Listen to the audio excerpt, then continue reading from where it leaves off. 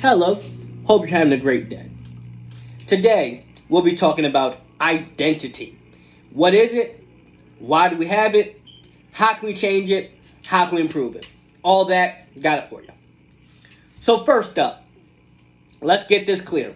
Your identity is the way that you see yourself. This can be shaped by what we've been told, what we tell ourselves, what we see around us, what is it that we just naturally start doing? What do we feel called to? These are things that shape our identity. Like if growing up you were always told that you're not good enough, your identity is going to be that of a person who is not good enough. You're going to see yourself as that. You can be the best singer in the world. Like you could be Beyonce, Drake, Cardi B, whoever your favorite singer is, Billie Eilish, whoever it is. If you have the identity of I am not good enough, no matter how good your song is, no matter how many people play it, no matter how many people say this is my favorite thing ever, you're not going to believe it because you don't identify as being someone who can create that. Now, how can we change it? Oh no, I'm also going to talk on what causes someone to have a good identity, like what makes them positive. The opposite of the bad things. If growing up you were told you are loved, you are capable, you are smart, good job on the test, good job at the sport, good job at whatever it is, you're going to begin to form the identity of, wow, I am smart. I am a good football player. I am good at math. I am creative. You're going to form this identity because this is what you're getting told. And when you're a kid, you're like a sponge. Like, kids soak up everything. You put a kid around smart people and they're having a smart conversation, the kid is going to start soaking that up. So the kid is going to be 5 years old talking about marine biology because they were around that. That is what they were around. They soaked that up.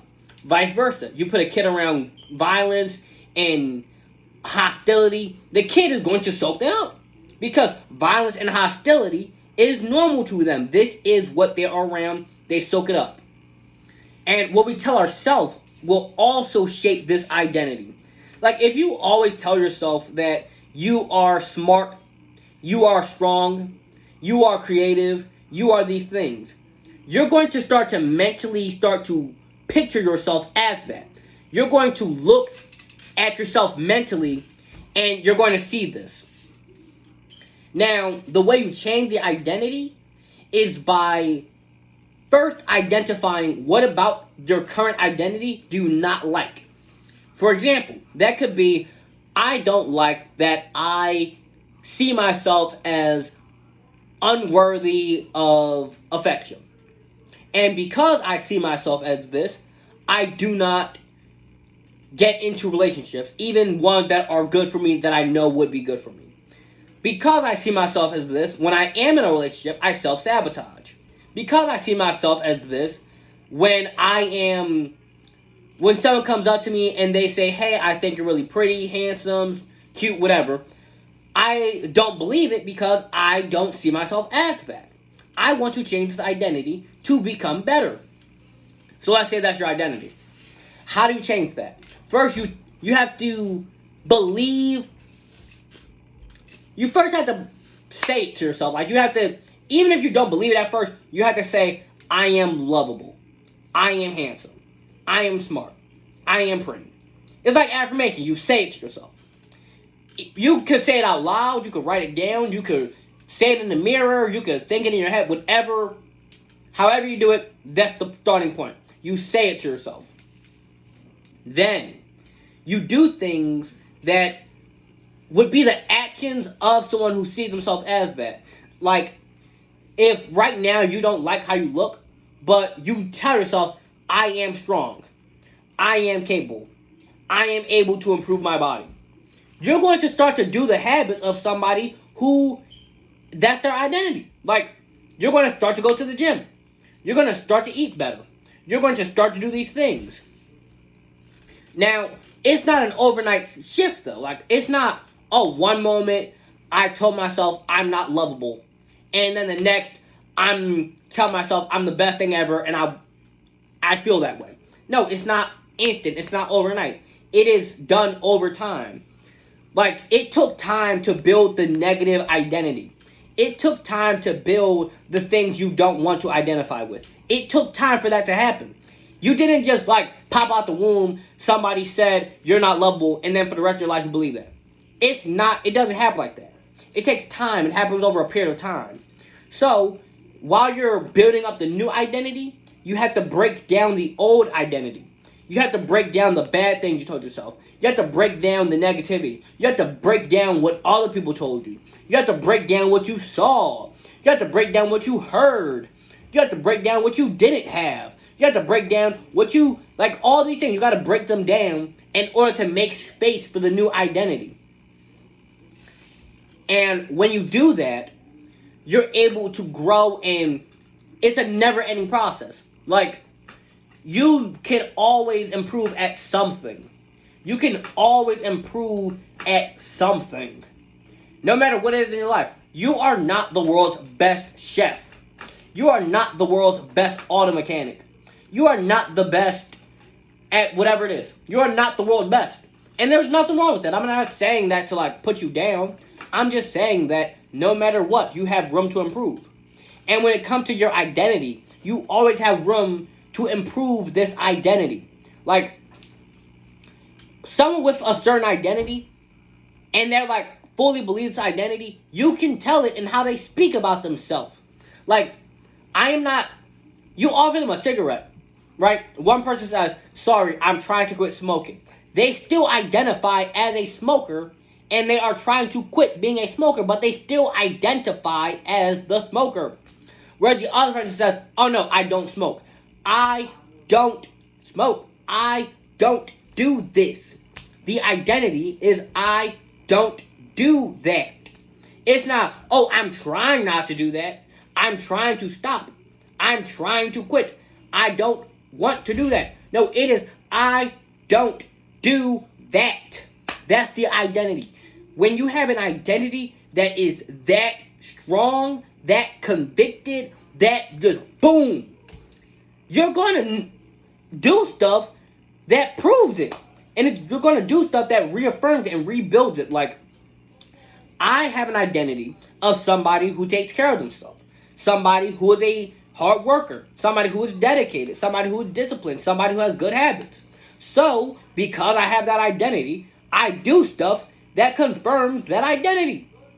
Without even thinking about it. Like, I don't think I'm going to confirm my identity by doing this thing. No, I have that identity so strongly within me that I just naturally do these things. Like, I naturally go to the gym.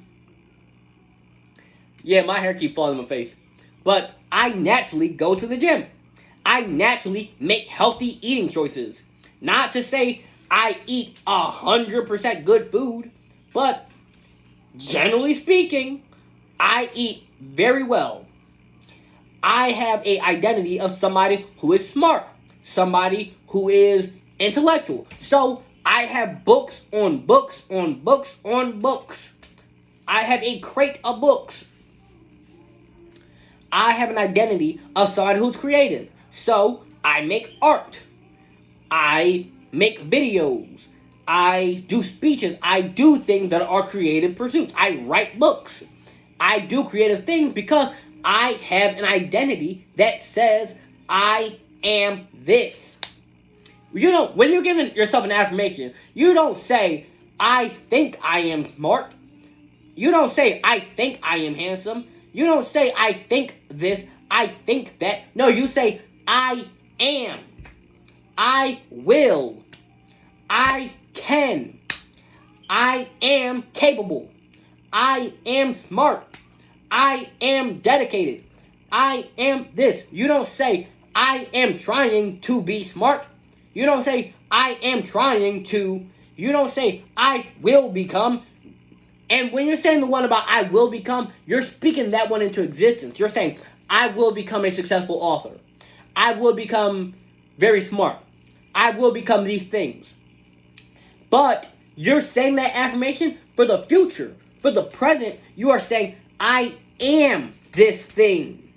I am this. And by saying I am this, you do the things that lead to you becoming it. Like, if I say I am strong enough to lift 200 pounds, I'm going to do the things that lead to me lifting 200 pounds. I'm going to start on the smaller weights. I'm going to get stronger there. I'm going to build up. I'm going to add more weight. And eventually, I'm going to lift 200 pounds. If I say that I'm smart enough to get 100 on a math test, I'm going to do things that lead to me getting that grade. I'm going to go to class. I'm going to do homework. I'm going to ask questions. I'm going to study. I'm going to take the test. And I'm going to get the 100. That's the breakdown. But it all started with the belief. It all started with how you identify with yourself.